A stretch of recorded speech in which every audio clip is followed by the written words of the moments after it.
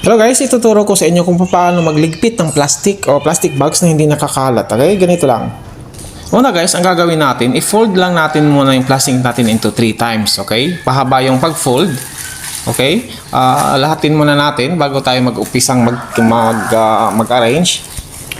Then after nyan guys, yung may handle banda, i-fold natin 90 degrees. Okay, ganyan lang. Then, i-roll natin guys. Then sa bandang dulo, ipatong natin yung isa pang plastic, yung portion na may handle. Okay, tuloy-tuloy lang ang pag-roll guys. Then ganitong procedure, gagayahin lang natin guys hanggang sa maubos natin yung plastic na tinupi natin.